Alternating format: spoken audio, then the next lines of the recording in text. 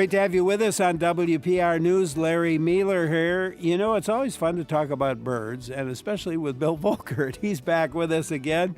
Retired wildlife DNR educator, naturalist, worked at Horicon Marsh for 27 years, and has written a number of books and has led many bird watching tours. And as we talk with Bill today, I hope you'll join in. Maybe you have a problem identifying a bird. You could shoot us a photo of, if you have a photo of it, and we can look, Bill can take a look at it and tell you what it is. Or another question, just email us to talk@wpr.org, or just give us a call. The number is 800-642-1234, or you could email us to talk@wpr.org. Bill Volkert, welcome back. Good to have you with us. Always a pleasure to be here, Larry. Thank you.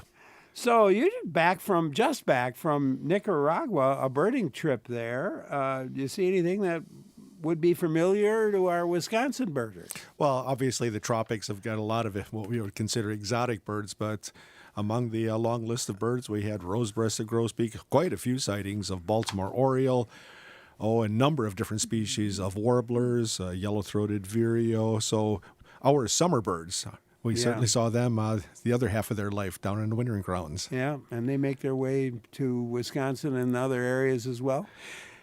Of course. And, it's astounding to just read that birds make these journeys of several thousand miles to escape our harsh weather and the shortage of food and come back again. It's another thing to go all the way down there and actually see them mixed in with all of these other birds in a completely different type of environment and get more of an idea of that full life cycle of these birds and the journeys they have to undertake.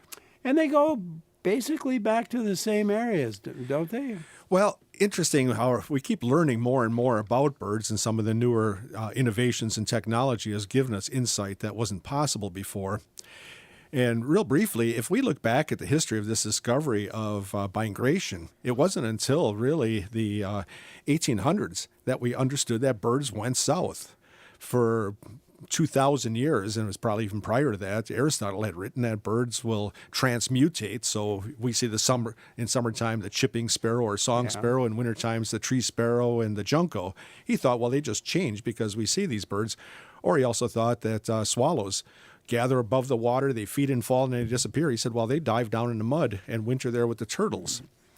And interestingly, in the 1870s, early American ornithologist William Coos actually was able to document over 175 papers that still said that swallows hibernate in the mud, and yet there was never any proof of that.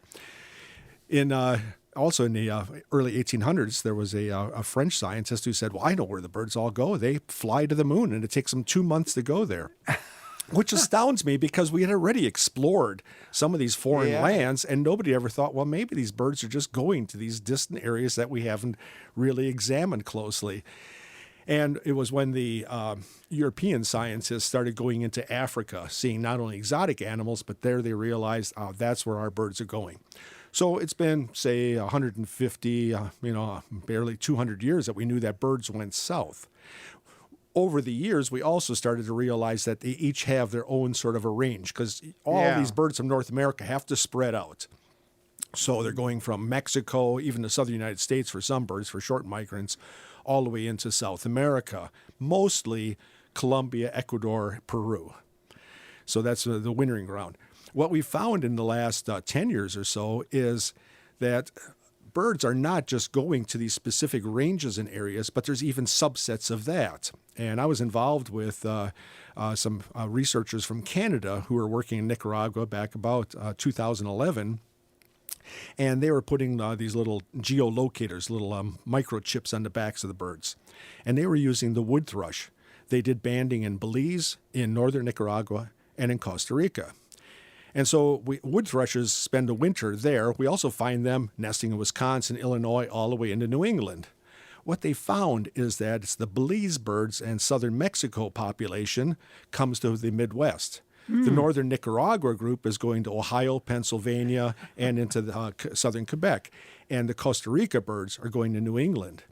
So these birds have very unique traditions even And this probably holds true for so many other of our migrants. So we're just learning more and more about where they're going, which also means that as habitats are changing in some of these, either improving for birds or destroying those habitats, we're not just affecting overall populations, but even regional ones may see declines because of that.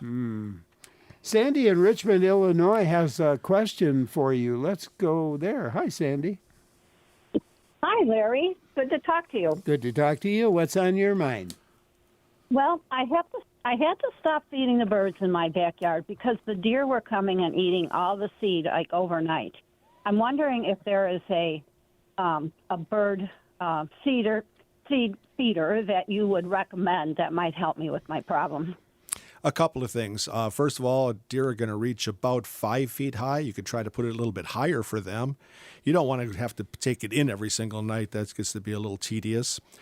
You could also try if you have a tube feeder with a cage around it so that they can't get directly to it. I had the same problem a number of years ago, and I even put up a trail camera to see what was going on.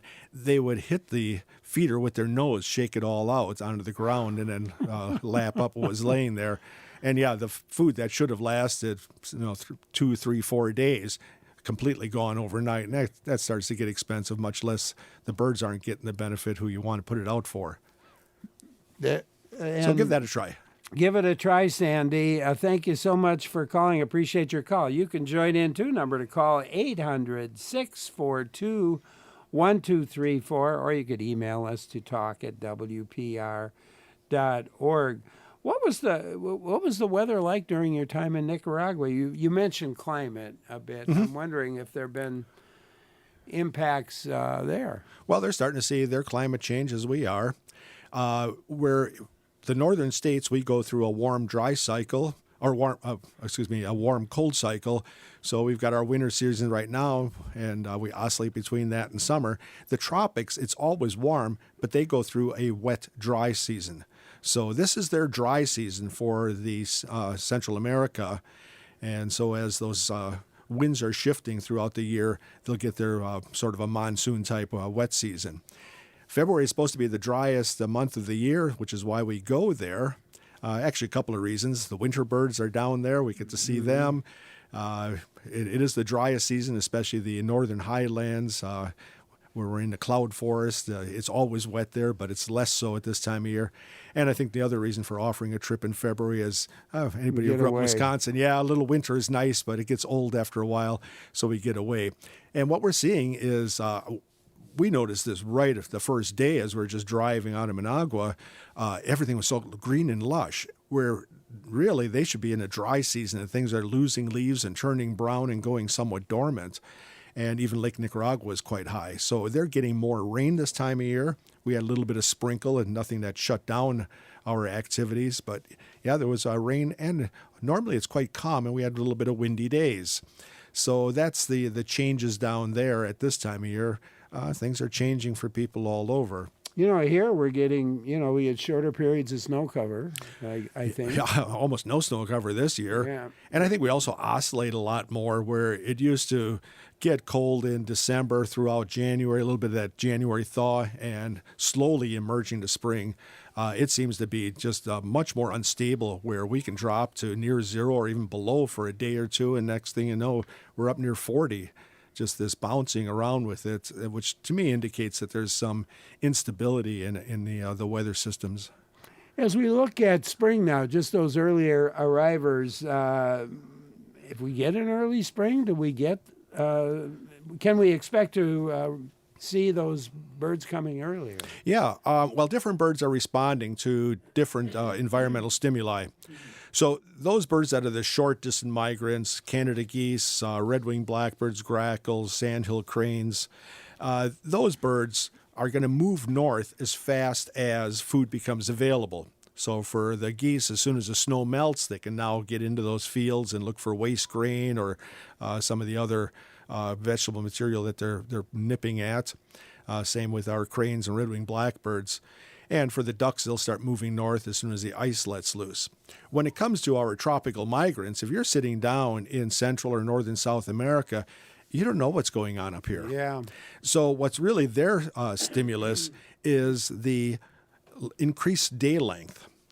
So they're a little bit more timed to that. Yeah. The only concern is that if we get early insect hatches with warming up, they may not come here when that first food becomes available for them because they're locked into that kind of an environmental cycle, which served them really well for thousands of years. And now things are changing faster than evolution can catch up with it. So yes, the earliest migrants are already here. Food's becoming available. And I had red-winged blackbirds singing yesterday. Canada geese are starting to move around. First sightings of sandhill cranes. And the flocks are sitting just south of us, big numbers. They'll start moving up here pretty shortly, and probably with that a little bit ahead of schedule. You know, Jeff, if you got some Canada geese, I tell you what, I was on my morning walk and down by Lake Monona, and it was really fun to hear the geese sitting out. They were on the snow, but there was some open water too. And it was kind of fun to listen to them. Have you got some Canada geese?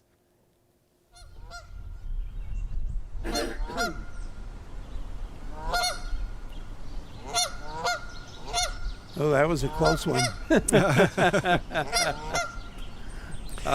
What you're hearing is that contact call between them. You hear two birds calling back and forth. When we see the flocks coming north, these are the adults with their young. They'll stay with them for that first full year of life. So they're learning the migration routes. They're picking up some of the so-called education that they need for survival. I've always considered the first year of life in a Canada goose like going from kindergarten through college. And then you're on your own. So as the parents now come back and get ready for the next season's nesting, they're going to kick the young out. Now, those young do not mature until they're 2 to 3 years old. And so those will be the non-breeders or loners. If you look up in the sky, you might see a single bird going by. If you see a pair, most likely that's an adult mated pair, but their young didn't survive for the year. A lot of times there's losses of young, the eggs and the young the first year or first few weeks of life. And also the first-time breeders tend to be less successful. They've never done it before. So the big flocks then, we have adults with their young. We may have the mated pairs without any young, and also these non-breeders forming up the big flocks. And these are the contact calls between the adults. They're keeping the young together with the family. Got it. And the cranes, by the way, are doing the same thing. Those young will follow them back, and they're going to push them out and start the new family. And a lot of times you'll see the crane, a single one flying around and kind of lost and calling in circles. So that's not uncommon. We might even have a sandhill crane. We'll be hearing this very shortly. Let's listen.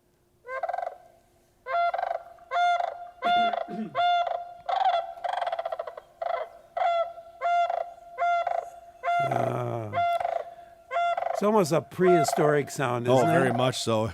The bugling of the crane. When they're overhead, you'll hear those contact calls within the flock, keeping the family together. When the adults are on their breeding territory, they'll actually do a duetting. So you'll hear the two, male, female, back and forth. It reinforces that pair bond, as we call it. They're basically getting themselves all ready to start a new family for the year. So there's a number of different calls we can hear, but it's always that voice. Bill Volkert, our guest today, retired DNR wildlife educator. We're talking birds with him, and you can join in. The number is 800-642-1234, or you could email us. The email address, talk@wpr.org. I'm Larry Mealer for WPR News. Coming up at 12:30 today, we'll talk with the writer and director of the new feature film, My Dead Friend Zoe. It opened this past weekend in hundreds of theaters. The writer-director is Kyle Hausman-Stokes, Wisconsin guy, and it'll be fun talking with him. It's based on the true events that took place in Army service to a couple of women who were together, and it's quite a wonderful film. Right now, though, we're talking birds with our guest today, Bill Volkert, and let's go to Susan in Coon Valley. Hi, Susan. Good morning. Hey, I have a question. It might be a two-part question about the avian flu. And number one, supposedly it has been discovered now in the sandhill cranes. But my question is, do we have to worry about feeding backyard birds because they congregate, and just I don't know what the latest is on that, but we have sandhill cranes just down from us about probably a quarter of a mile. So I'm just wondering what's happening with that. Sure. I'll take the second part first. As far as backyard bird feeding, at this point, I wouldn't say discontinue it. There's always a chance for even salmonella to spread around a bird feeder, which is passed in the droppings of the bird. So as we concentrate them, there's always a chance for that outbreak. What I would do is just watch the feeders very carefully to make sure you're not seeing a dead individual. If that's the case, I would certainly shut down the feeders, let the birds disperse a little bit. And if you do find a dead bird, the best suggestion I would have is to collect that and contact your local Department of Natural Resources office. They'll be sending it to the Wildlife Health Lab to actually confirm what the cause of death is. And this is something we always have to be careful of. It may be somewhat suspect as to what they're dying from, but until we do the examination, we really don't know. And then we have a better strategy of how to address it. Yeah, and probably should wear gloves. Yeah, I was also going to say, do wear gloves, protect yourself, especially avian flu. That's something that may be transmissible to people. So, careful that way. And get a plastic bag. Bag that. You could put it in your freezer, or if you don't want to put it with your food, I would suggest on cooler temperatures like this, put it somewhere in the shade so that it's not in full sun. Leave it outside where a predator can't get at it, especially if it's overnight, and then try to have the Department of Natural Resources biologist pick that up as soon as possible, or even more so, drop it off at their office. They don't always have the time, certainly, to make those house calls. Yeah, it's a good point. And last Wednesday there were more than 90 dead mallards. Yes, and 1,500 cranes in Indiana. It's starting to move into the wild birds. What we find is at this time of year, birds are not so much migrating, but they're getting ready to migrate. So, of course, we've seen the first Canada geese and some cranes and red-winged blackbirds. Those are the first ones that are starting to advance into Wisconsin, but the big flocks are still south of us. What's happening for some of these birds, like geese and cranes, is they're staging. So, in other words, these birds are getting down to the south of us, somewhere or another where they can find enough food, get beyond snow cover. And as they get ready to move north, they're gathering at some of these favorite places. When they get to Wisconsin, we'll have staging areas at Horicon Marsh, the wetlands in central Wisconsin. These are all places where ducks, geese, and cranes will gather, and eventually they'll move to their breeding ground. And that's the real concern, is there's now concentrating. And so in these staging areas, you get one bird that gets in among that flock and a chance for it to spread. And also the possibility that if one picks up an infection and is not yet disabled from that, may be migrating further north and spreading that among it. So we really don't know where this originated from, how it got there. Certainly it's been in the captive poultry industry for some time. How did it jump from there to wild birds? Complete mystery. But we also had the same unknown with COVID. How did that ever jump, and where did it begin? There's no consensus on that one either. We just see the effects of it.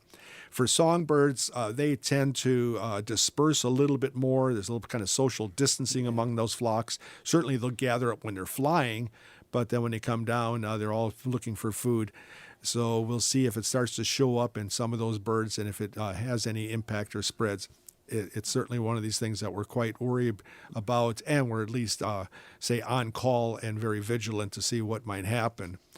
And I have to say that for wildlife, this is all they need is now some sort of an epidemic. We've got enough pressures on some of these birds with habitat loss, the climate change, the tall structures that they may fly into, the lighted up buildings that are hazards, our own windows, stray cats and feral cats.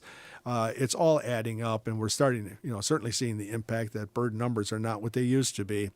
And, a disease outbreak on top of it is just another blow. Hopefully this is nothing that's going to really cause significant problems for the birds. We've got a nesting season coming up, and this is the chance for them to build those populations. Trig in Marinette, we'll give you a chance to join in. Hi, Trig. Good morning. I'm up in northeast Wisconsin, and just kind of make a question on, the lack of species. I have missed for a lot of years. Meadowlarks, bobolinks, bluebirds, kestrels, whippoorwills. I have a 20-acre field, which probably 35 years ago I started putting up bluebird boxes. So I've kind of taken care of that problem. So I have bluebirds now.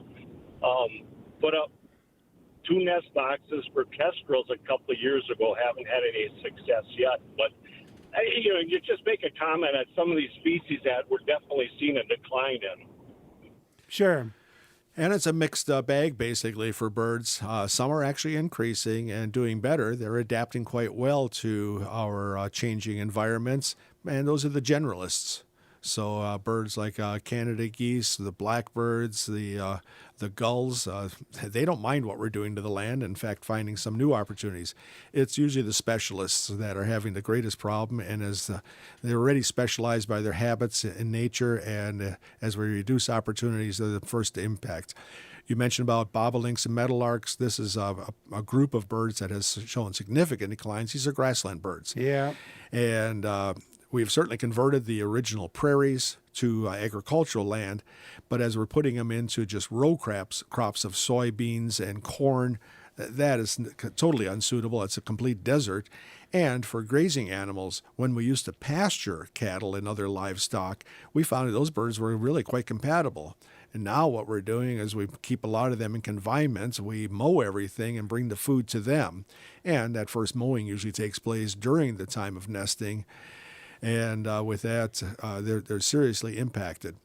Other birds like bluebirds, what really happened there was back about 3 years ago, there was a severe ice storm in eastern Texas, Oklahoma. This is where bluebirds, robins, and a couple other birds spend the winter, and had a major impact to those populations, and are slowly recovering. So, yeah, as you watch a little bit, different birds are being affected more than others.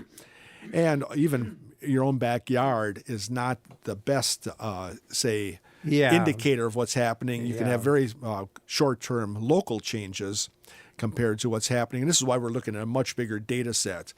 Some people report that they're just not seeing birds. Other people are seeing more than ever, but that, again, doesn't give us the big picture. To me, it's always kind of parallel to talking to a deer hunter is trying to tell you what the whole Wisconsin deer population is doing by sitting on his tree stand. Okay. Trig, thank you for calling. Ross in Crawford County will give you a chance. Hi, Ross. Hey, you guys. Little story. We were doing some restoration work in a kind of like a bluff prairie near Arena, Wisconsin, in Iowa County. And this was in the winter, so this would have been a few months ago. And then repeated about a month ago. We had been there a couple of times. We're with chainsaws and loppers and burning. And here comes this thrush. And he was attracted to our activity. We were kind of working in an area. And here was this single thrush. And he was just hanging out by us, is like kind of checking us out. And so what surprised me was I didn't realize that thrushes may overwinter in Wisconsin. And then kind of like a quick switch is the thrushes have the most beautiful song. I mean, like of all the beautiful woodland birds that they have, it is the most beautiful song. The wood thrush you're talking about. Are you here. talking wood thrush? Well, so I don't know if it was a wood or a hermit thrush is what we saw versus what I'm hearing. Wood thrush is actually going to Central America.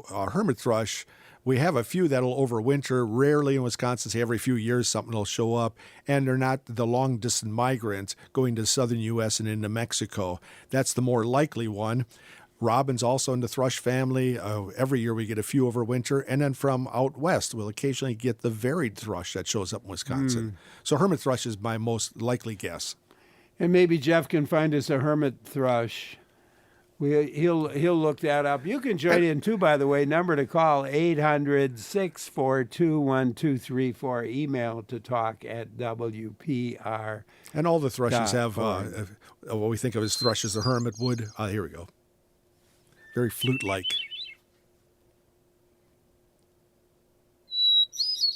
Yeah, it's pretty.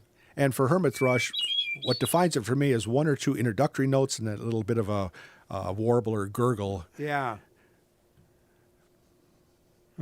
I think I think it flew away from Jeff. And for those people living in central northern Wisconsin, you may hear that throughout the summertime. That's their nesting range. Wood thrush is a little more common in the southern part of the state as a woodland bird. So we can hear a number of those species once they settle down in nesting grounds. Dave and Toma will give you a chance to join in. Oh, Dave, before you join in, I do want to go back to, Dave has a question about bird feeders, and somebody had a solution on bird feeders. Oh, okay. Which we'll pass along, but first let's go to Dave. Hi, Dave. Hi. Yeah, you talked about how good it was that the birds are dispersed when they're flying and things, but then you kind of contradicted yourself and said it's okay to have the bird feeder, and let's wait until they drop dead, and then we'll maybe do something about it. And it just seemed, if it was people, we wouldn't do that. Yeah. And it just seemed so backwards to feed them until they start dying, and then we'll do something, which is kind of the American way with things. Well, I would say this, that at this point, we do not think that bird flu is an immediate threat to the songbirds. And we haven't had any significant evidence, certainly among cranes, waterfowl, and these birds that concentrate on these staging grounds. These are the ones that we're certainly finding. I'm not saying that we should just wait until things start dropping dead, but we have no evidence to indicate at this point that it is a threat to those birds. And so I don't know if I would stop feeding just because something might happen. It's an individual choice, obviously. Yeah. And just relating to bird seed, Mary in Cleveland, Wisconsin called, and this was relating to the gal who called earlier about the deer eating her seed. Mary says she mixes cayenne pepper in with the bird seed, and she puts in the feeder, and it slows down the squirrels and the deer from eating at the feeder, but it doesn't stop them completely, but it slows them down. Well, the pepper, obviously, it's the sharp taste. So for the mammals, it's going to deter them. I don't know how, and birds certainly aren't going to taste it, but I don't know how that might affect them in terms of digesting something like that. I'd be a little cautious of how much I put into there. For squirrels, I've come to the conclusion there is no such thing as a completely squirrel-proof feeder. You've got those that are more resistant, and you can try a lot of things to try to keep them out of it. The deer, I would say just keep it a little bit out of reach. That should work for them. And there are some feeders that are certainly much more difficult for squirrels to get into than others. Kay in Madison, we'll go to you now. Hi, Kay. Hi, how are you? Great. I've become something of a birder. Well, good. And I just wanted to let you probably know about it, the 5-minute segment, birdnote.org, and they have a website. And here in Wisconsin, it's usually on between 9:30 and 11, maybe 1 to 3 times on Saturday and Sunday night. And they also have coffee, songbird coffee. And so my 2 little birdie tales are, if some women think they have it bad, a mother robin has to find 100 worms a day, and she's got 3 little ones. Well, there's a lot of opportunities to learn about birds, and that's just another great outlet. Do enjoy it however you can get it. And as I said, also, there's a lot of different ways that people watch birds. I've got my own particular style. I will certainly never criticize anybody for the way they watch birds as long as you enjoy them. That's just great for me, because at least if you are interested in birds, you're watching them, I think that also makes us much more concerned about some of the conservation issues, and maybe we can help a little bit more in some of the choices we make to help them along. Kay, thank you so much for calling. Appreciate it. I want to go back to that earlier question relating to cranes and bird flu. Did you answer that? I'm not sure if you did or not. Well, as I said, it showed up in Indiana just recently, just a few days ago, and just made the news. And with the birds staging and gathering like this, we'll see how much at risk they are. Okay. And, as the other caller said, contradicting myself by waiting till birds die, botulism, salmonella also is the same kind of potential concern around bird feeders, but we don't completely stop feeding birds just because it might happen. And also when we get into late summer, West Nile virus is something else that can affect birds. It's a matter of just being vigilant. And if anybody should find something and we get it to DNR and there is a positive detection, then I think we'll get the word out before it becomes a significant concern, or we may be contributing to it if bird feeding should be something that might be concentrating birds and making them susceptible. And Bob in Kewanee actually has a question about a couple of birds relating to the flu, I think. Bob, hi. Yeah, good morning, fellas. I was curious if there's any evidence of the bird flu affecting the raptors, in particular eagles and hawks. It actually has shown up in bald eagles. I believe that was last year. Eagles will concentrate a bit on the wintering grounds along the rivers. Does that in any way make them a little more susceptible for it to spread? And how are they picking it up? We're not sure. Also, there was a report of a snowy owl dying from it. A solitary bird like that, we have no idea what kind of exposure they're having. And so the first thing is to gather that data for anybody out there. And of course, the scientists themselves can't keep track of every bird. So we're relying on citizens if they should cite anything and to turn those in so that we can actually do the testing and confirm what the cause of death is. And then with that, as we accumulate more data, we'll find out a little better what the trends are and which birds are more susceptible to this. But it is an emerging threat, no doubt. And right now, as I said before, some of these birds are really gathering in these staging areas and at least setting the stage for potential impact. We'll see what happens. Bob, thank you. Jane in Madison, your turn. Hi, Jane. Hi, good morning. I don't usually call into shows, but the subject appeals to me because we just returned yesterday from Panama. And I wouldn't call myself a birder per se. I mean, I dabble with, Merlin ID when I'm walking in Madison along the Cherokee Marsh. We've done Costa Rica where we've gone on a boat, exploring different birds. We've done the Galapagos. Well, you're starting to sound like a birder to me. Well, as we get older, we're finding a little more. I mean, it was very interesting being in the Galapagos and seeing like the blue-footed boobies and going to an island where the frigate birds were mating and they're endemic to that particular island only. Mm-hmm. But Panama was just, we had no idea. It's the Soberina National Park outside of Panama City. Mm-hmm. Are you familiar with that? Yes, I've been there, and I love the Pipeline Road, by the way. Fantastic birding there. And you had a guide, as I understand, Jane. Yes. Because we thought, well, if we're going to be here, we might as well. So we hired a man, Nando, Quiroz. Mm-hmm. He's been doing this birding pipeline for 27 years, and he's trained both of his sons now. And I think his bird count, I can't even remember what he told us, but he said there are something like 1,500 birds in that area, and he's personally seen 800 of them. Mm-hmm.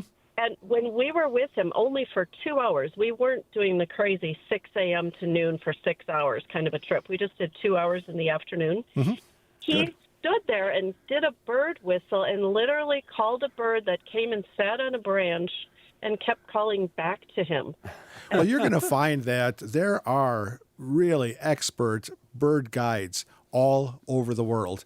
They each know their own little corner, and if you want to really see the birds, it's one thing to wander around on your own and view a few things. You want an expert to take you to it and to not only show you birds that you wouldn't be able to find on your own, but to point them out, tell you something about them, and have a real learning experience. And I found the value of good guides time and again, and just amazing people. And as I said, there's probably an expert bird guider in every corner of every country of the world. It's amazing how this has become an industry and how it's really created a job for people who've got that kind of a skill and interest and a willingness to want to share that with other people who come to visit. Yeah. Bill, just as an aside, how many trips have you made to Nicaragua? I started going in 2002, originally under a U.S. Fish and Wildlife Service grant. We worked with the professionals developing their National Bird Conservation Education Plan. I've been back there for some other conservation issues, and then I started leading tours after my book came out, Where to Watch Birds in Nicaragua. I wanted to encourage birders to go. And so this was our 9th or 10th tour that we've done with a group since 2014. This is now my 20th trip to Nicaragua. I know a lot of people down there, and it's very comfortable for me to get around. And I think the real importance here is it's not just that I know my way around, but I love to be able to share it with people. We had a wonderful group of people. I'm sure that a few of them are tuning in. I'll say hi to each one of those since we just parted ways a few days ago. And it's really nice to take them to a place and show them birds and talk a little bit about the landscape and the ecology of the area and, in a sense, introduce them to literally a foreign world. Mm-hmm. And Jane had that experience as well. Jane, thank you so much for calling. Appreciate your call. What a valuable trip. Yeah. Bill Volkert, our guest. I'm Larry Mealer for WPR News. Tomorrow at this time on the show, we'll talk family law with attorney Michael Riley and Tom Kopian. And then we'll talk to Bridget Zielke, who's director of the Wade House Historic Site in Greenbush, Wisconsin. That's tomorrow. Right now, we're looking at birding with our guest, Bill Volkert. And you could join in at 800-642-1234 or email to talk@wpr.org. Wendell and Marinette, we'll give you a chance to join in. Hi, Wendell. Hi, Larry. I really appreciate your program. I'm coming through a car wash, so I hope you can hear me. We can. But, I can't believe it. My comment is more of an observation. We had a spotted towhee show up at our feeder in November, and they're far out of range for us. Uh-oh. Oh, he's going through the rinse cycle now. We lost him in the... Wendell, I hope you didn't drown. Keep the windows rolled up. But he spotted a towhee. Yes. Now, years ago, the old field guides used to call it rufous-sided towhee, and we have two populations in the eastern United States and the west. The ones in the west actually have spots on their back. A number of years ago, we decided that those two populations should actually be considered distinct species. So we now have the eastern towhee and spotted towhee. And every once in a while, an individual of that western population will slip into the upper Midwest. And this is something that the bird watchers certainly keep track of, are those rare sightings. In a way, it's an anomaly that some of these birds get way out of range. It really is just kind of interesting how far some of these birds may drift. They get caught up in winds, or we don't know what gets them off course. It's usually just one individual that is quite lost. And we do occasionally get western birds that show up in Wisconsin. And that's part of the bird watching, not only just enjoying the regular ones, but keeping an eye out for some of the drifters and the vagrants that may show up here well out of range and quite unexpectedly. Wendell, thank you again. I hope you got through your car wash okay. Thanks for calling. JP in Fremont, Wisconsin. Your turn. Hi, JP. Good morning, all. Like others before me, I am a birder my whole life, and my dad was, before I could carry a shotgun, he's like, you're going to know what those birds are that you're aiming at. Mm-hmm. Got me a little bird book, and that's gone into... I live out in the woods out here, and I have a bird book I've been keeping notes in for decades. So, well, good for you. Great habits. Bringing us to this morning, mm-hmm. I go out and I'm gonna take care of my chickens, and there's a racket, and out on my pond is a Cooper's hawk that is having a brawl with a blue jay. Oh, and. And my previous history with Cooper's hawks is the other bird doesn't typically come out okay. Mm-hmm. And I quickly get up my Snapchat so I can send to people and zoom in, and feathers everywhere. and I'm telling you what, I'm trying to tell if this blue jay has got any life at the end, and lo and behold, the Cooper's Hawk takes off with the blue jay in his talons. And I had stopped doing my Snapchat. The blue jay's head is up behind by the tail, Mm-hmm. and as it's coming towards my property, the Cooper's Hawk releases, and both the birds fly away. That's one lucky blue jay. Cooper's hawk is a mid-size member of the accipiter family. That is fair prey for him. So they will take birds up to the size of robins and blue jays and mourning doves. And what happens with the blue jays, and I've seen this with other birds as well, but blue jays seem to very much cower. I'm a licensed bird bander, so we'll take them, capture them in our mist nets. And I've never gotten a really good picture of a blue jay in the hand because they cower so much and they just sit there. And you'd think that here is this aggressive, nasty bird that you see at the feeder, kind of the bully that keeps everybody away when they come in a flock. He's a coward. He'll just sit there, and as soon as I release him, he'll fly to the first branch, and then he's going to posture and start screaming. This is the same thing as a predator response. If you start fighting that Cooper's hawk, he's just going to try to clamp down more and try to get a secure grip. Just hang in there, just lay there, and hope that you get that one split second that you can escape. And it sounds That's like probably what happened. That Cooper's hawk must have banked when he saw you, or somehow a little bit of maneuver, lost his grip, and that blue jay was just waiting for that one chance if he got it. And yeah, he got away. Doesn't happen all the time, obviously. Good story, JP. Yeah. Thank you for Quite calling. an experience. Elaine in Nelsonville. We'll go to you. Hi, Elaine.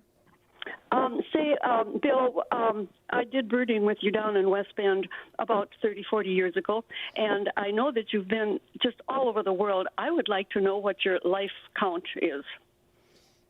4,450 plus. So I'd like to see half the world's birds. That'd be a great goal of mine. How many do we have out there? We're just over 11,000 right now. Yeah, I got a full 1,000 to go. So, wherever you go, you can enjoy birds. I just got interested in this bigger world of birds. And also just the excitement of exploring new places and where birds live.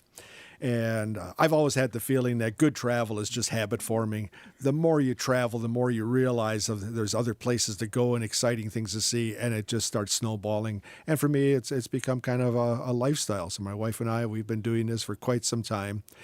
Overall, we've not been to a huge number of countries. But you've been around the world. Been around, yes. But we spend a good month in every country, if possible. So we thoroughly have explored each country rather than short stops and bouncing around. So this gives me a chance to really start to understand that corner of the world and its birds. And I've oftentimes tried to do a little bit of strategic approach. So I try to find neighboring countries so I've got some familiarity and you get a little bit of a bigger picture of that whole ecosystem and part of the world. But, there's birds everywhere. You follow them, and I've been saying this for a long time, the birds will take you to some of the most beautiful places on earth. So, enjoy the birds. They're fantastic to look at. And if you start exploring all the different birds and the places they live, you're going to see some great stuff of this world. Elaine, thank you for calling. Brad in Whitewater, we'll go to you now. Hi, Brad. Hi, Bill. Hi. My question, or I guess concern, last fall I had a big black crow dead in my lawn, and I called the DNR regarding this dead bird, and if I remember right, they told me that they would not do any testing on this bird unless I believe it was 5 or more of them. Oh, okay. Yeah. This might change now with the potential for bird flu because it's a new sort of emerging disease. Well, what they were probably saying here was, you said it was late in fall. About August, September is when West Nile virus shows up, and some of the most susceptible birds are the blue jays and crows for some reason. And I think because we've had this repeat experience of crows dying at that time of year from West Nile, this is why they're waiting for some. In a sense, it wasn't out of the ordinary or unexpected. If you have 5 or more, it may be something else, and that's what they really were looking for. Yeah, we can't test every dead bird that's out there, But no doubt right now we're on alert with this potential of the bird flu. And I would think that they might be a little bit different for this early part of the season where it's starting to show up. And we want to know, is it showing up in local birds and which ones? Yeah. Brad, thank you for calling. Appreciate it. Howard in Madison, your turn. Hi, Howard. Hi, thanks for taking my call. I use a Swift audio recorder developed by Cornell Lab for ethology. Yep. And I use it to survey frogs on a small lake north of Madison. But when I'm playing back the recordings and listening for the frogs, I'm also using the Merlin app to identify birds that are good for you. calling in the background. And I'm wondering if those audio recordings of the birds that show up by Merlin would be an acceptable basis for submitting a checklist to eBird. Well, if you can accurately identify birds by call, yeah, that's a sighting as far as not only myself personally are concerned, but also the American Birding Association. It's a matter of verifying what you're hearing out there. Quite honestly, when we do breeding bird surveys in June and early July, most of it's by ear. So you walk to a place and you spend X amount of time, 3 minutes, sometimes surveys are 10 minutes, and just watch for everything you can see, but also listen for it. And so with that, sightings by ear are certainly acceptable sightings. So that's quite reliable. There's one thing with Merlin. It's a great tool. It's amazing how quickly this has come around. We do know that occasionally there's a little bit of misidentification. I've experienced this where we were using a Merlin as a way to detect birds in addition to what we were surveying for breeding bird surveys last summer in the northern kettle moraine. I found a couple of errors where I had what was obviously a blue jay sitting nearby me with one of its many, many calls, and Merlin told me that was a catbird. I also had a number of detects of the little chips that Merlin kept telling me that those were tufted titmouse, and I know it wasn't.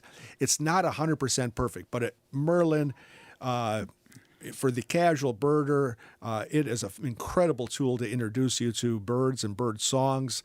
It is better than 95% accurate, and no doubt with the emerging technology, it's just going to get better and better. The only caution is for professionals who are doing surveys. We do know that it's not 100% accurate. I've got a feeling that down the road, it's going to get as good as any human ear as we upload more and more of the variations of bird songs, and the computers are able to discern those small differences. So it's not completely foolproof, but it is darn good. And anybody who hasn't uploaded Merlin, it's free. You can go to the Cornell website, upload the app, and then you go to the bird pack. And so that's which calls you want. And you'll see that there are places all over the world that they're creating these bird packs for. You want either the continental U.S. or the Midwest. Upload that. Takes a little time. Make sure you got good Wi-Fi. Give it about 5 minutes. It'll give you that whole thing. And there it is right in the palm of your hand, literally, your whole library of bird songs for reference. And you can even use it to just hold up and listen to birds, and it'll tell you what they're hearing. Yeah, it is a lot of fun to use. And as you say, it's free. Howard, thank you very much for calling. Appreciate your call. Well, our guest today, of course, Bill Volkert, retired wildlife educator and naturalist, worked at Horicon Marsh a long, long time. He is our guest today, and you'll be able to join in with your questions and comments as we move along today. He'll be with us right up until 12:30 today. I'm Larry Mealer. You're listening to WPR News.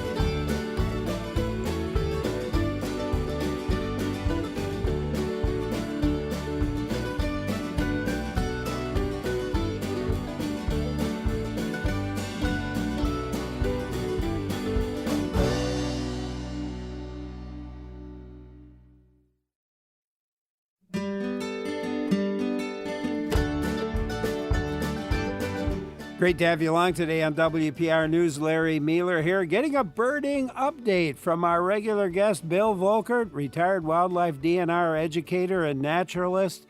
And questions, I hope you'll join in at 800-642-1234 or send an email and a photo if you want to talk@WPR.org. Dave in Cambria will give you a chance to join in. Dave, thanks for waiting. What's on your mind? Hi, thanks for taking my call. Say, I have a question about putting up wood duck houses. We own some woodland which has some water features, and I know there's wood ducks in our area. And I have two wood duck houses I've tried to put up about 10 feet off the ground in large oak trees within 50 feet of the water. Mm-hmm. But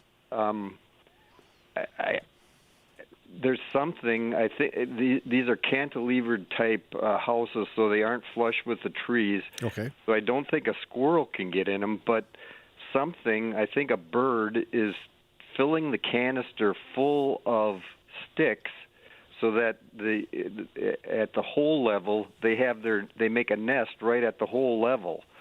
And I'm not sure what sort of bird would be doing that, and I haven't ever put a game camera on it, but mm-hmm. I was wondering, instead of putting it away from the water features, should I actually, on YouTube, the only thing they show is putting wood duck houses right in the water. Mm-hmm. Yeah. Now, when you're talking about full of sticks, are these little twigs, a little thinner than a pencil? Yes, half the size of a pencil. Right. House wren uses those for nesting material, but for a house wren to pack an entire wood duck box full, I've seen him do that to a bluebird house, but that's got to be one busy little bird if he's going to do it for a full-size wood duck box. But that would be the most likely one for using that kind of nesting material. What I do with wood duck boxes is I do put them over water. It makes it harder for raccoons to get to it, so they can't climb the tree and raid the box. And the best time to do that is winter. You got a stable platform with the ice. Drill through the ice, get your post down into the ground, put a predator guard on there in case something does swim out there. So you could either do the funnel type cone out of metal, or what I use is a PVC pipe, 4 inches, and it usually comes in white. I spray paint it so it doesn't stand out. And lean your box forward just a little bit because the ducklings actually have to climb out of it. And on the inside, you need a ladder so their little toes can get in something. You can either score the wood laterally with a little something, or I just use hardware cloth. Just staple a little section of that on so they can get out. Great information on the website for the Wood Duck Society and other places. You can look for placement, construction, design, and so forth, and checking them. Best time to check them is in wintertime. You can walk out on the ice, open the box, and you're just basically counting the shell fragments and that eggshell membrane for the number of birds that may have hatched out there. So that's annual monitoring too. Dave, there you go. When it's when the ice is okay, get out there and put it right in the water. I checked my boxes last month because last year I couldn't get out. I waited just a little bit after a cold snap, and it just went quickly. So, yeah, that's a good time to do it. Thanks again, Dave. Georgia in Madison, your turn. Hi, Georgia. Hi, can you hear me? Yes, go ahead. Okay, yeah. We have some bird feeders hung on a metal awning right outside our dining room window, and we wanted to be able to hear the birds, but not have the window open in the wintertime. And we don't need a camera, because the gadgets with the camera are pretty expensive. My grandson suggested we get a baby monitor. And so we got one for $20 at Target, and we put the microphone between the storm and the screen. The stash and the screen, and it picks up the birds just great, and not just at the feeder, but kind of around the whole yard. I've never tried it, but I've heard of people doing this. They would put it out by the bird feeder so they get that music right inside the kitchen, not just to watch the birds, but actually listen to them. Yeah, that's a great idea, Georgia. Thank you very much for calling. Christina in Glenwood City, we'll go to you. Hi, Christina. Hi there. Thank you. And thank you to Georgia. What a great idea. Yeah. Now, I have read that birds have specific adaptations to survive our extreme Wisconsin winters. So I'm wondering, does that mean that those that fly south do not? Well, it's not entirely so, because the main thing that drives the migration of birds is not just that it gets cold and, that some birds just don't tolerate it. The real driver is food. And so the winter birds are shifting, among songbirds, are shifting over to seeds and even some of the remaining berries that are there. Most of our migrants, they're insect eaters. So as soon as we get the first good frost and cold snap, the insects are either die or go into dormancy, so they lose their food. So they depart before that first killing frost and head south. And basically, they're just going south just to survive. They're not nesting down there. And they're just trying to escape our winter, hang out a little bit, and then come back again. And the main reason that they come back up here is because, just take a look at a world map, you'll see how much we have the space up here compared to the tropics. Central America is just a narrow little strip there, and even South America does not equal the size of, say, Canada and the United States for nesting area. So we've got all this space, all these resources, but it's only seasonally available, and these birds have simply adapted to making these annual journeys, coming up here to raise a family and then retreat again when the food runs out. Christina, there you go. Thank you so much. John in Mineral Point emailed a photo of a bird that's been hanging out with some juncos this year. Is this a mixed up junco or is it a snow bunting? Yeah, I'm looking at the picture. I'm not able to see all the details. It's sort of piebald, and I would suspect first that it might be snow bunting, but that's not typical at a feeder. And I'm wondering if this is not just a junco. It's what we call piebald, that it's got this partial albinism. And what we find is that birds that show this partial albinism, it's usually symmetrical, so it shows up on both sides of the body. So if we see white feathers in the wing, it'd be on one side and the other. And it looks like that's what we have here. I think so too. And what you find is a lot of these, especially the more common birds, more abundant populations, these random chances of these kinds of mutations showing up, it's just a bigger opportunity for that one individual to express that kind of a mutation and an unusual plumage. Bob is passing through Medford right now. Bob, what's on your mind? Oh, hi. Can you hear me okay? Yep. Mm-hmm.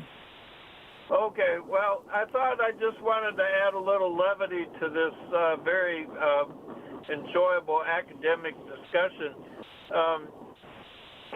When you see the geese migrating in the fall or spring, they're always in their big V, and the V is longer on one side than the other. You know why that is? There's more birds on that one side. There's more geese on that side. That's right.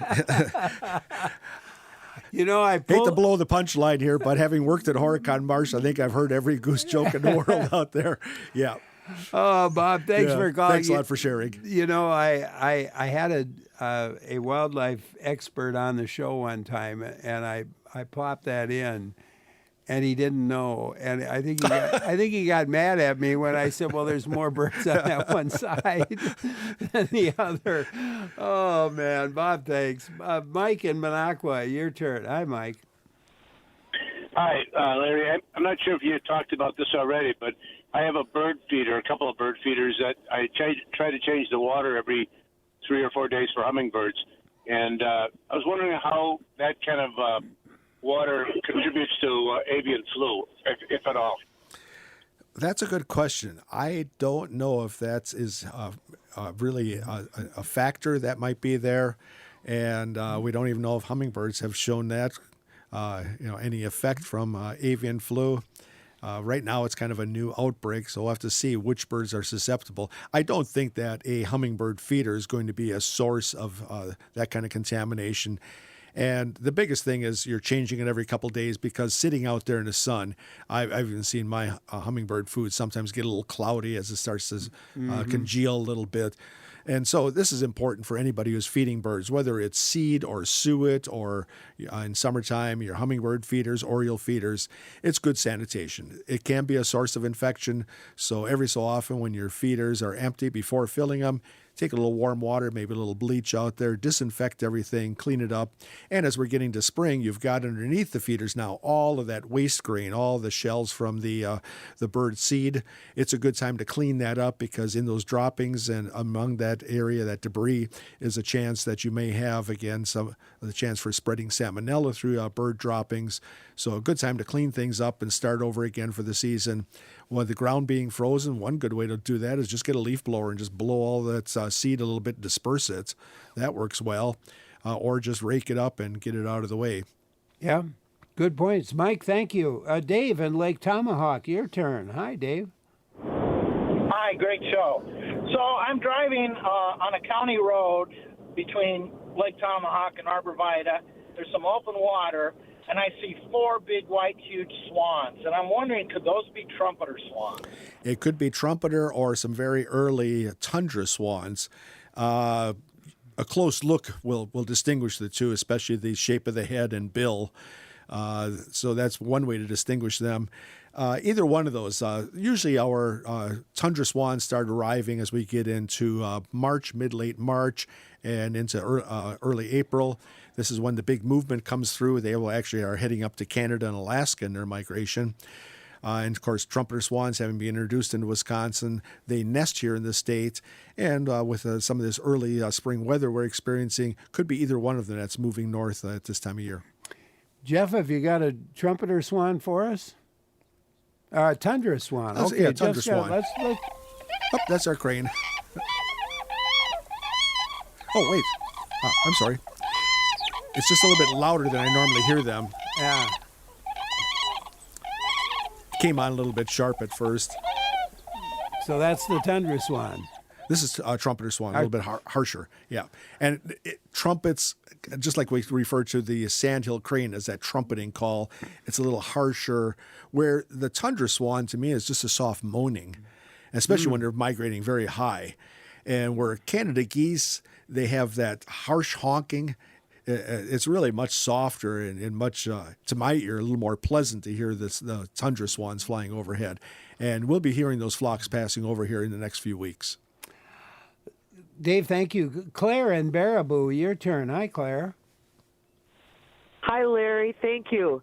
I love watching the turkey vultures at Devil's Lake, and I know they migrate, but I'd like to know where they migrate to, and when can we expect them to be back?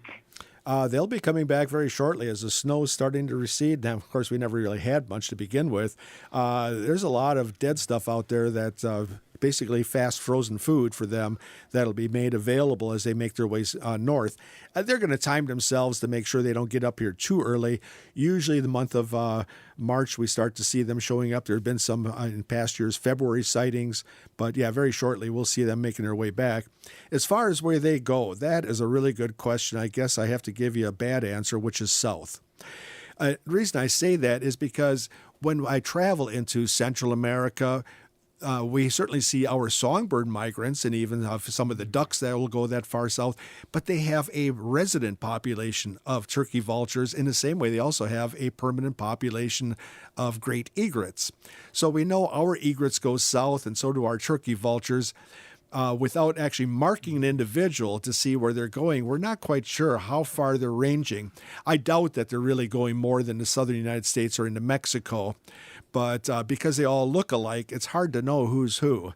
And so you've got these permanent populations to the south of us, and ours are blending in with them.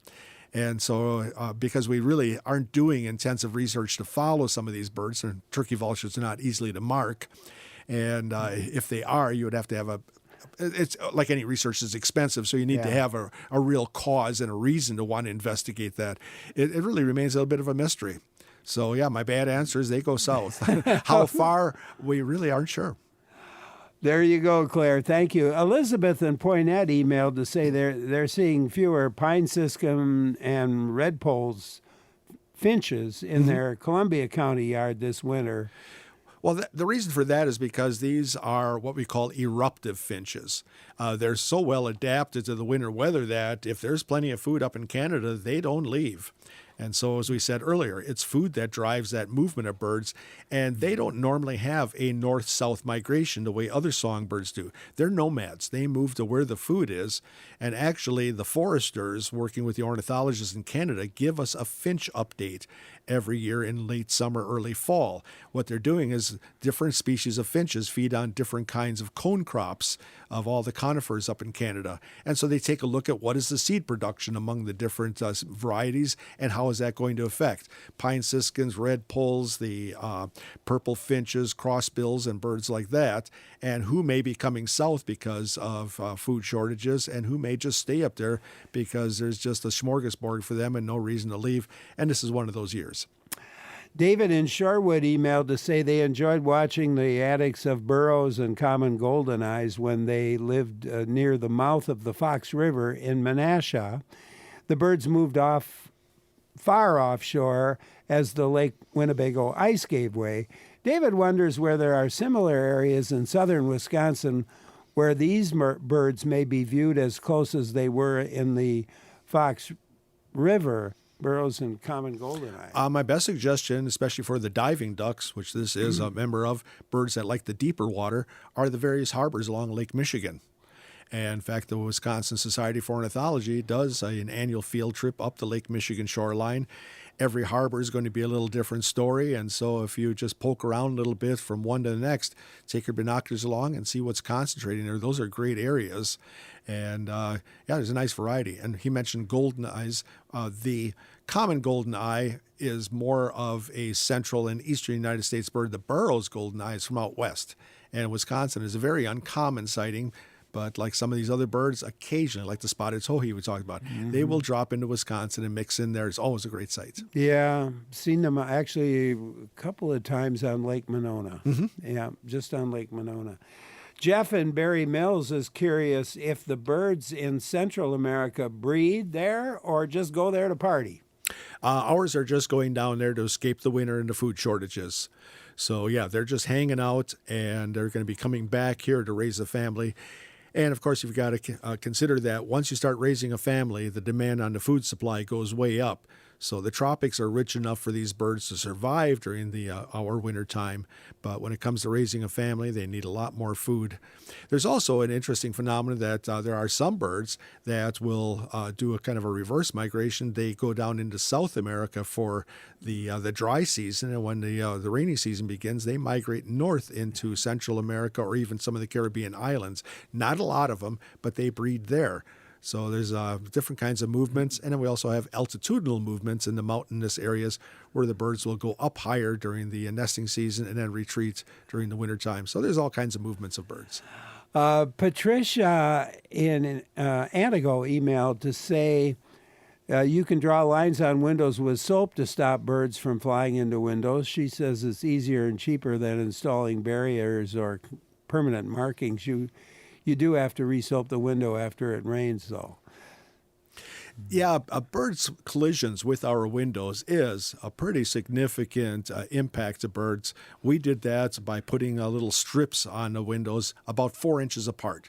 And the reason for that is because songbirds, they like to slip through something that's a little bit more than 4 inches. So when they see those kinds of barriers visually, they figure that they're not going to be able to go through. The problem with windows is the reflection of all the trees and leaves. Yeah. And oftentimes there's the other one is where you have two windows opposite each other and they think they can slip through. It's completely unnatural for them, and there is always that mortality when they slam in. And, of course, the other thing is that if a bird hits it and is just dazed on your porch or around the house, we don't know if it suffered more significant internal injuries. It may fly off, but we don't know what the survivorship is. So, yes, do something with those windows. And recently I had a conversation with one of the members of our ornithological society. I talked to a fellow construction company about his windows that he sells. I said, the problem is it's always up to us to retrofit them. Couldn't the companies sell a wildlife safe window? And he told me that actually something like 98% of all the glass for all the different window companies is made by one manufacturer. So someone from the American Birding Conservancy, he's going to try to sit down and talk with them and see if we can't offer a product for people. And I think it would actually be a good sell. Yeah. And here's a bird-friendly window that you can install. So talk about a window company getting green. I think it'd be a real advantage and a selling point. Yeah, absolutely. Rather than having to retrofit something after you realize it's a problem. Speaking of green, I know you had wanted to make a comment on climate change and what's going on with the birds related. Well, to we it. talked about at the beginning that we certainly know that the winters that we're seeing is not what we grew up with. That in less than half of a lifetime, we've seen things radically change, and around the world, we're starting to see climates are not quite the same. It's changing in different ways. As I said, Central America, their dry season is not as dry as it was. Rainy seasons, they're having deluges and floods down there. So it's very unstable these days. And so it's interesting to see how fast things are changing in our environment, and it's certainly very concerning for us and for the wildlife that we share the planet with. In some ways, I think that our planet is trying to tell us something is seriously going wrong, and unfortunately, I don't think we're listening close enough. Well, I think we all can admit and realize that the climate change is driven by the use of fossil fuels. We know that is our problem, and we need to make changes. And we've all said it, we're kind of addicted to oil. We need to make changes quite radically and quite rapidly. And I'm certainly no psychologist, but, this addiction behavior is kind of what we see also with people who have alcohol and drug problems. Same type of thing. It's a bad habit, a bad lifestyle, and it doesn't end well usually. And usually what you find is if somebody has a personal problem like this, the first thing is denial. I don't have a problem. I can handle it. And that's what we're doing right now with our climate. It's okay. We can adapt. We don't need to make those changes. And of course, now with the current administration, it's not just denial, but it's drill, baby, drill we're talking about. To me, that's almost like telling an alcoholic he's got a problem, and he not only blows you off, but he goes to the bar and goes on a bender. That's kind of where we're at. And so I think we need to, first of all, agree that there is a serious problem and that we need to make some major changes. And just like somebody who's got an addiction, if you don't make any changes, it's not going to have a good outcome. And I think that we really have to take a close look at it. It's not just for ourselves and our welfare. It's for everything that we share on this planet, all those birds out there. We've seen declines in these populations, and there's been certainly multiple causes, but the changes in the climate and its repercussions certainly is another added pressure to things. And so, it's a tough world out there, and we're the ones that are causing the problem. And I'd have to say it in an optimistic way, we are not only the source of most of our environmental problems, we're also the only solution. Yeah. On that note, little self-reflection. Bill, thank you so much for being with us. We'll look forward to your next visit. Thanks, Always a Bill. pleasure, Larry. Thank you so much. Bill Volkert, retired wildlife educator and naturalist. Bill has worked at the Horicon Marsh. He did it for 27 years. That is a long time to be at work with the DNR, but he's been doing it, and he's been watching birds for even longer. Well, coming up, we're going to talk about a new feature film. It's called My Dead Friend Zoe. That next. I'm Larry Mealer for WPR News.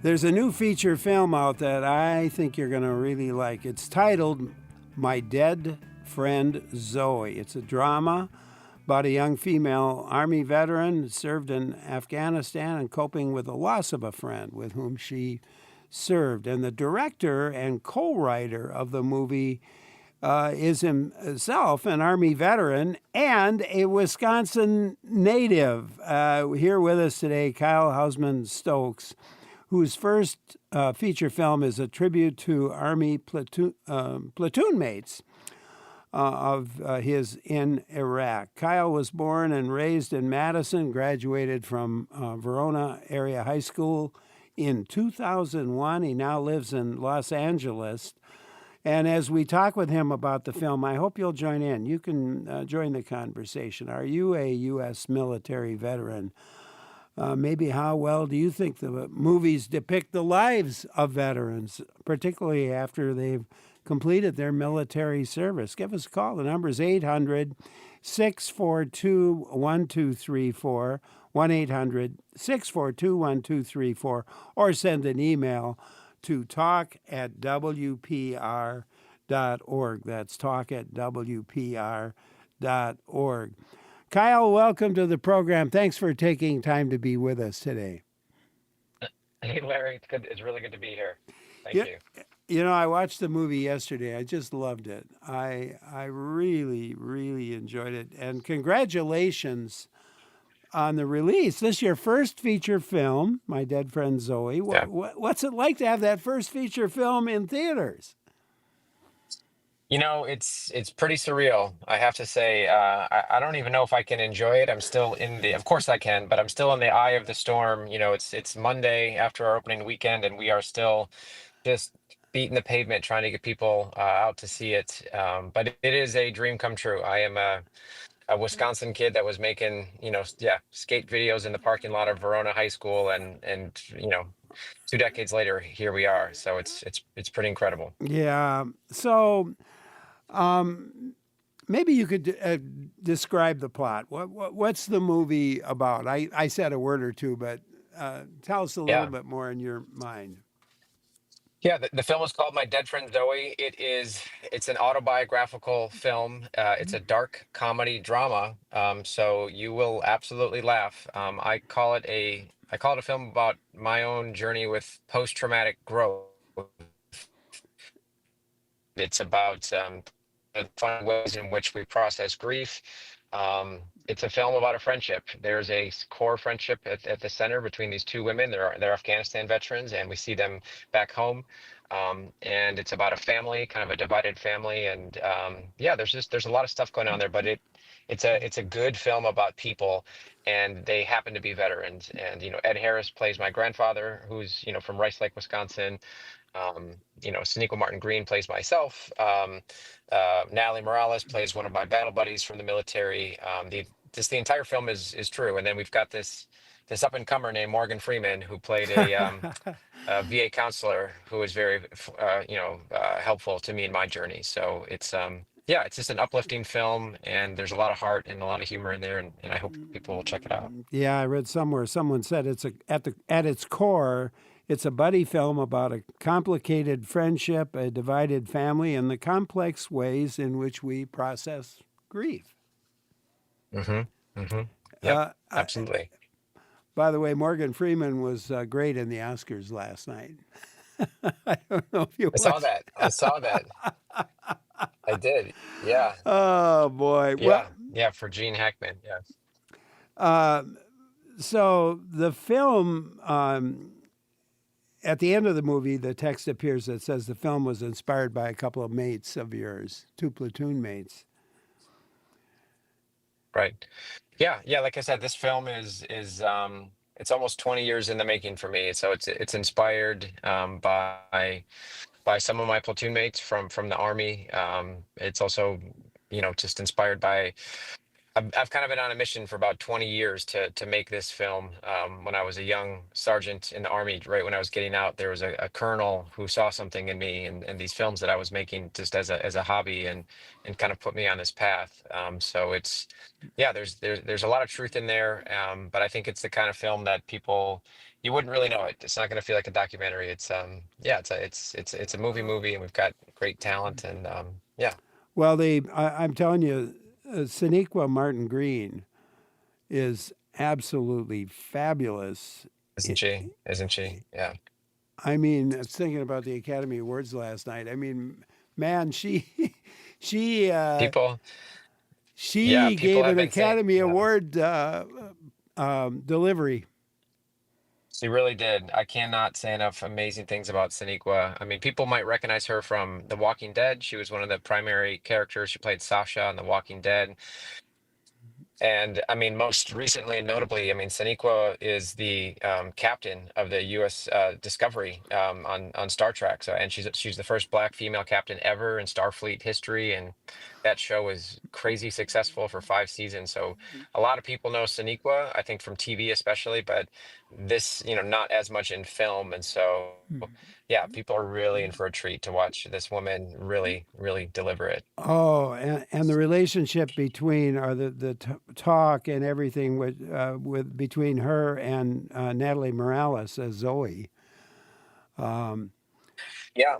Yeah, and people, I mean, Natalie Morales, I think if folks don't know her, I mean, she's on, Parks and Rec, and she's on Grey's Anatomy right now. She's been on so many funny films and TV shows, but Natalie had a tough job. I mean, it's right there in the title. The film was called My Dead Friend Zoe. I was almost kind of one of the first things that came to me about the film is that there's no twist about the fact that one of these characters is dead. And so Natalie, she's doing a very interesting thing in the film throughout, in terms of her portrayal of this character when she's alive in Afghanistan, and then not as much so back home. So she's fantastic and just hilarious. Just brings levity to the story. How'd you put this cast together? I mean, you've got some heavy hitters in this cast, for sure. Yeah, and so in the Army, in the JAG Corps, which is, the Judge Advocate General, the lawyers, there's this motto that's the pen is mightier than the sword, and I always like that. Even though I wasn't a JAG, I was an infantry grunt, so I wrote letters. It was my way, and I had a lot of preparation prior to that. I had been writing this script for 2 years. I made a proof of concept short film, did kind of laid the circumstances, but then I reached out to Ed Harris first, because I wanted to cast the role of my grandfather. I thought I had the best shot there. And so we reached out via my casting director, via his reps, and I just wrote him this very carefully worded letter and then waited patiently. And Ed got back to me, and and then we met at a cafe near his place in Malibu, and he walked in, and I was ready I had all this stuff to show him. I had photos and, memorabilia. I had shrapnel from my Humvee, all the things to convince him. And he said, well, I've read the script again this morning. I think it's great, and I'd like to do it. And that was it. So, yeah. So I kind of nervously pushed all my things aside, and then we split a tuna sandwich, and we've been friends since. It's been great. Yeah, it's been great. And Morgan Freeman, certainly, and he has a military background, actually. A lot of people, I'm sure, didn't know that. No, if people stick around to the end credits of this film, there's two special things that you will get in the end credits, and one of those is it is a way to communicate who in this film is a veteran, and I think people are going to be. Yeah, it's a really feel good thing to experience the film and then get a little bit of behind the scenes. But my letter to him started a little bit differently. I said, Airman First Class Freeman, this is Staff Sergeant Houseman, and I've got a mission if you'd like to join me. And he did. Yeah. Oh boy! And there are a few scenes of veterans speaking in group therapy sessions. I wondered about the scripting on those. Did you? It's a great question. Nope, absolutely not. I intentionally wrote no dialogue for those folks. The scene that you're talking about there's group therapy happening in this film. And Morgan Freeman, his character, he's the leader of it. And that scene is filled with veterans, and they are all different shapes and sizes, different branches and ages, and they're real veterans. They're people that I know here in Los Angeles who are incredible working actors. They happen to be veterans, and for that reason, in the script, I wrote very simply, each veteran stands and shares experience. That's it, no dialogue. And so they had to be traveled to Portland to sit in a hot gymnasium opposite Morgan Freeman, and they had no lines. They had to to make it up on the fly. But that's what veterans do. We are good at telling our story, and I think that is one of the things the film is I set out to dispel, is that we do want to talk about it, and you just have to find the courage and the right circumstances and the right people to listen. So Yeah, you're absolutely right. And boy, does it work. Kyle Hausman Stokes, director and co writer of My Dead Friend Zoe.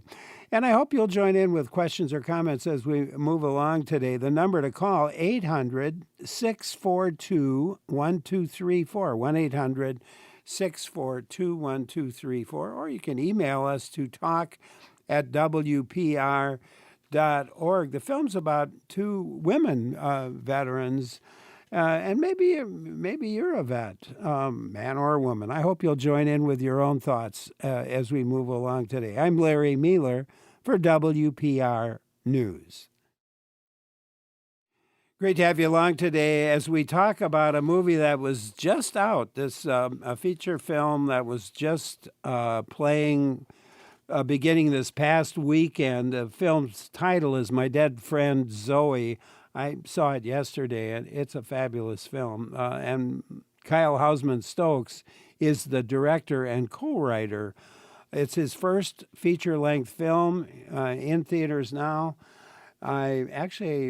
Somebody did some checking for me, and I know in the Madison area, for example, it's playing at, let's see, a couple different places. Fitchburg, 18, Marcus Point, Marcus Palace. So it's out there, and I hope you get a chance to see it for sure. I know you're gonna like it. It's well, you're co-founder of the nonprofit organization Veterans in Media and Entertainment. What does this group do? yeah, we're VME, as we kind of call ourselves. We're the conduit between Hollywood and the veteran community. And I didn't set out to make a nonprofit. I came to Los Angeles to be a filmmaker. And when I got out here, I just figured I would join up the group of veterans that are working in Hollywood, and there wasn't one. So I think we veterans have a problem with finding things to do or getting things done. And so it was me and a Marine Corps veteran. We founded this thing in the basement of the Hollywood American Legion in 2012, and there was our first meeting. We had I think a whopping 7 people there, and the next meeting there was a few dozen, and the next meeting there was a few hundred, and now there are 5,000 members, all veterans, all working in the film and television industry, and it's really amazing. It's been a great journey. That's fantastic. And the film itself, what did you want this film to say about the lives of veterans after service? I wanted the film to, I think, just change the narrative a little bit on how we veterans are portrayed in film and television. We oftentimes get reduced to a trope, and I think a lot of folks that come from a diverse group, or a minority group can relate to that. So veterans, we're one of two things on ends of the spectrum. We're super soldiers in combat, Navy SEAL, kicking down doors, saving the world. And then otherwise we're just broken, homeless, drunk, angry, can't handle ourselves, completely affected by our service to the point where we're, not functional. And that describes a very small group of veterans out there. Most of us are completely invisible to the country because we've done our thing and we've blended back into society, and we're the best that society has to offer, and we don't talk about it that much. So I wanted to shine a light on that. And we have a weird job in the military. War is it's an odd thing to have part of your occupation. So of course you absolutely should be affected by it, but that does not define who we veterans are, and it's not the only conversation about us. So this film, I hope to change things. I think you will change some minds. I mean, what does the general public, particularly people who have not served in the military, need to understand about PTSD? I like to say, PTSD is a normal reaction to an abnormal experience. For starters, it's not like a a virus that you get, and we're going to give you a pill or a shot, and you'll be cured from it. And until then, you can't go on. There's a line in the film that is one of my favorites that always gets a laugh, and that's kind of the vibe of this film, is that Yeah. there's real stuff going on here, but you will be laughing, Yes, you will. sometimes uncomfortably. Yeah. Yeah. But my protagonist, Merritt, she's on a kind of an uncomfortable first date at a local bar. By the way, drinking a brandy old fashioned, because I set this film in Wisconsin, even though we shot in Portland. And anyway, she says, we veterans, we don't own PTSD. We do happen to be the best at it. But I think I want people to know about PTSD, that it's not owned by the military. It's kind of just like a very normal thing that you should almost experience, to a certain degree, and that anybody can have it if you have experienced something traumatic in your life, whatever that might be. Yeah, you should be affected by it. We're sensitive creatures. Yeah, and the movie's also about the character Merritt's relationship with her grandfather Dale, played by Ed Harris, who was advancing in Alzheimer's disease. I mean, it's still pretty good in the early stages, but it's there. Why was that important to include in your story? That's also just pulled from my real life. I mean, that's something that's happening, not exactly like that, but similar in my own family, where my grandfather, who is my inspiration for joining the military, he's from Rice Lake, Wisconsin. He served 22 years in the Army, lieutenant colonel, 2 tours in Vietnam. And every 4th of July, it's my family ritual that we go up to our lake house, kind of out there near Weyerhaeuser. I guess I can say these words because this is Wisconsin Public Radio and people know. Yeah, absolutely. Yeah, and so we go to Rice Lake every 4th of July, music in the park, and for the fireworks, and the band will play the Armed Forces medley. And when they played the Army song, my grandfather would stand up out of his chair, as would my uncle and my aunt and the other folks in my family that served in the military, and they just all seemed 100 feet tall to me as a little kid. And so that was my inspiration. And when I got back from Iraq, I thought that my grandfather and I might talk about the war, our wars in certain ways, and we kind of didn't. And I don't know, it revealed something to me about the schism between Vietnam veterans specifically, and then my generation of veterans, and that's another thing that is explored in the film. So um, my grandfather was just so central to the story, and then also just, yeah, some of the things that we're dealing with in terms of losing our matriarchs, and then where do folks want to live. My mother and wants, obviously cares deeply about my grandpa and wants him to be close, but we have this lake house. And so all that stuff is happening. And I think when it comes to cognitive decline, that's also just a very universal thing that everybody can relate to.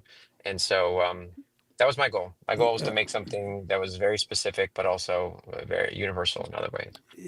And Gloria Rubin, by the way, who played Chris, the mother, who I watched ER quite a bit, so Yeah, that's what I know her from. I love Gloria. Yeah. She was wonderful, and Ed Harris as the grandfather. I mean, he was just spot on. He's Ed Harris. Yeah. Spot on, perfect for that role, and I can see why you wanted him for sure. Yeah. Yeah. My Dead Friend Zoe was a production of Legion M. And it's a fan-owned entertainment company. How did that influence how the movie was made? Thank you for calling that out. Yes, a significant portion of this film's budget, and we were an indie film, was raised by Legion M and its community of 150,000 everyday people. It's free to join. You can join right now, legionm.com, and it's a group of film lovers, and they get presented different projects. And if you would like to invest, here you go, and you could invest $100 or $10,000, and if for the films that do well, and a lot of them do, you get your money back plus your interest. So that's how this film was put together, grassroots. We also had some traditional financing. We also had a Kansas Chiefs, Taylor Swift boyfriend was as one of our producers as well. So this film, I mean, it was, I don't know, it was really kind of blessed in a lot of different ways. But yeah, Legion M has been amazing, and they provided us a built-in audience too, because right now we are still struggling to get the word out about this film because, yeah, it is not a big studio film. So it's been helpful to have Legion M and people that can help us spread the word. Well, Rotten Tomatoes certainly give. I mean, you scored a 95 on Rotten Tomatoes. Or 95 for the critics and 94% for the audience. It is unheard of. We are the well. I mean, this is interesting, Larry. I actually feel comfortable saying this to my people home in Wisconsin. We are the highest rated film in theaters right now.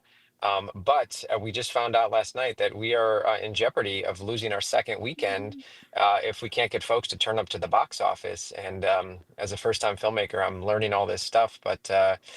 Anyway, I'm grateful for the opportunity to tell people about this great film. So if they want to quote save Ferris, we need folks to get out there and purchase some tickets. Yeah.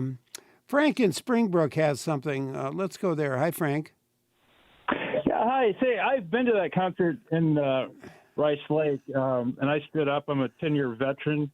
I served on 3 ships in the Navy. And I was going to ask you about, you mentioned Hollywood tropes. I know a lot of times when I watch a movie about the military, you can kind of tell that the person who's making the movie probably has no military experience because they show people marching around the base. So it's like things you rarely do in real life, but it's like this is a signature movie, Hollywood movie mark of a military, whatever. So what kind of things were you aware of when you made this movie regarding tropes that you wanted to avoid? No, that's a great question. I mean, I tried to avoid every single one I could think of. I kind of thought of it as a trope buster. I mean, all the way down to in the film, we see 2 soldiers, Merritt and Zoe.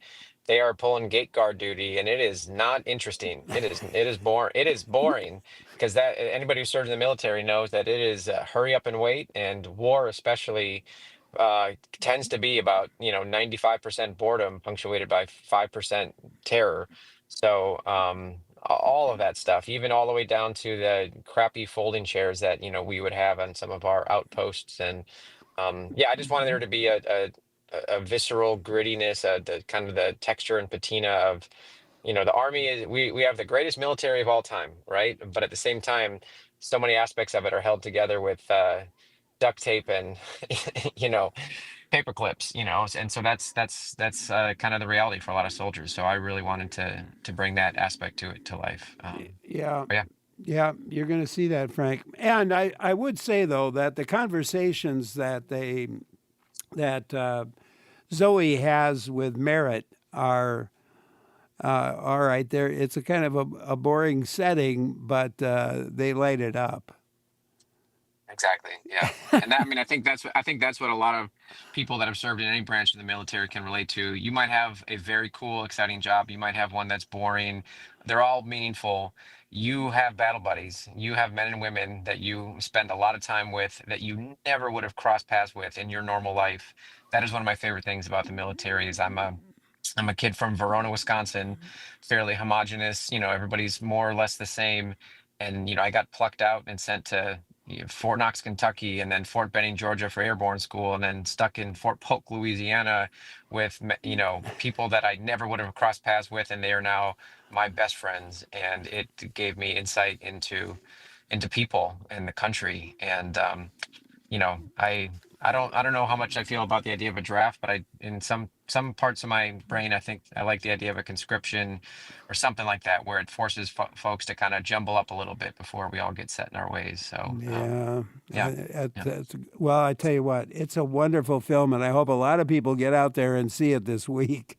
Thank you so much, Kyle, for taking time to be with us today. I really appreciate it, and I hope My Dead Friend Zoe is a big hit. Thank you, Kyle.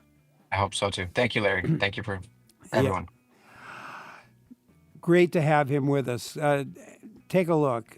at that film. You're going to really, really like it, I think. My Dead Friend Zoe, his first feature-length film. Tomorrow at this time we'll talk family law, but just a big thanks to all of our group here today. Jeff Robbins, Lee Rayburn, Joel Patnod, Clara Neipert, and Jill Nadeau. For all of them, I'm Larry Mealer. Thanks for listening, and please stay with us. Lots in store.